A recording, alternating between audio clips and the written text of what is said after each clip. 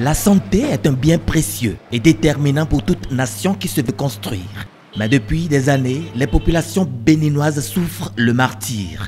Des pratiques de certains professionnels du domaine de la santé ne favorisent pas une réelle prise en charge sanitaire des populations. Certains médecins ou autres professionnels de la santé préfèrent utiliser leurs horaires de travail en public pour aller s'occuper des patients de leur clinique privée, cabinet de soins ou d'accouchement.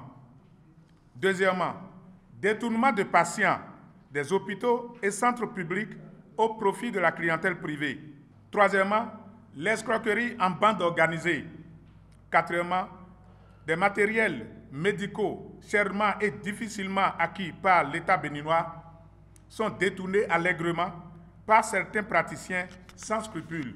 Et la liste est longue. Cette mafia, personne n'osait l'affronter.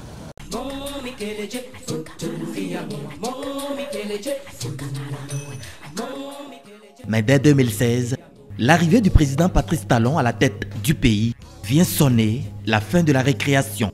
Ainsi, au plus tard, le 30 août, les médecins ont été invités à choisir d'exercer soit dans le public ou le privé. Et ce, en application des articles 20 et 84 de la loi 2015-18 du 1er septembre 2017 portant statut général de la fonction publique.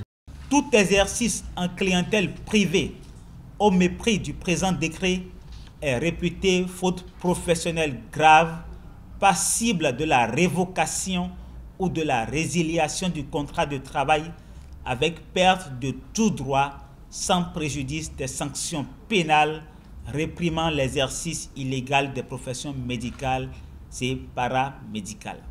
Le choix est donc fait. Quelques semaines plus tard, face à l'urgence de la réglementation de ce secteur sensible, le gouvernement met sur pied une commission opérationnelle à laquelle sont assignées plusieurs attributions. La première attribution a trait au contrôle physique des structures publiques et privées offrant des soins de santé.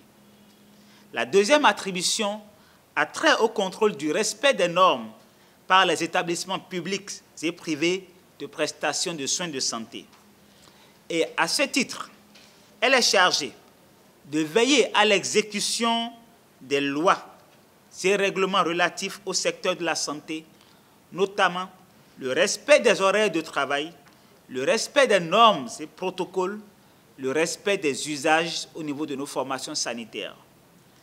D'inspecter régulièrement les structures sanitaires publiques et privées, de s'assurer de l'obtention préalable des autorisations administratives requises, de veiller en collaboration avec les autorités et organismes concourant à l'application de la législation en matière de santé, au respect des normes, standards et protocoles relatifs à la qualité des prestations de soins de santé et enfin de produire des rapports circonstanciés sur le fonctionnement des structures sanitaires publiques et privées inspectées et sur le contrôle de l'assiduité des agents publics de santé à leur poste de travail. Œil et bras armés du peuple, cette commission rattachée à la présidence de la République a plein pouvoir. C'est dire qu'ils peuvent venir de jour comme de nuit pour vérifier ce qui se passe dans toutes les structures publiques et privées sur toute l'étendue du territoire national.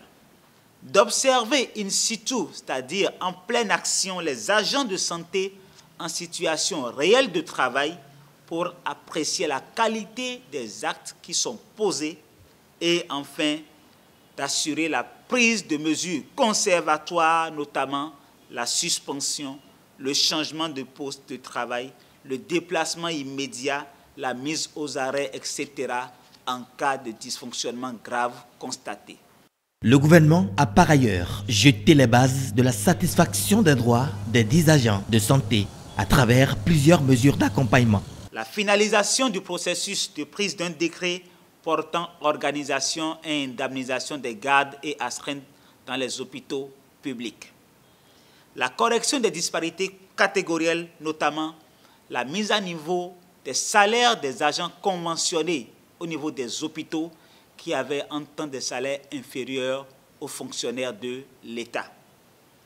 Le traitement diligent des dossiers des agents nouvellement recrutés par rapport au paiement de leur salaire, l'accélération du processus de la prise d'un décret portant statut des praticiens hospitalo-universitaires, le reclassement des personnels ayant fait des formations hors plan de formation, mais qui étaient utilisés pour leurs nouvelles compétences et qui étaient payés par rapport à leur diplôme initial. Nous avons donc corrigé cette disparité pour que leur reclassement soit effectif et qu'ils soient payés par rapport au travail qui est effectivement réalisé. La santé n'a pas de prix. Cette réforme, pour garantir un mieux-être socio-sanitaire de près de 10 millions de Béninois, vaut tout son pesant d'or. Mais il aura fallu l'audace du président Patrice Talon, déterminé à révéler et à conduire le navire bénin en bonne santé dans le concert des nations émergentes.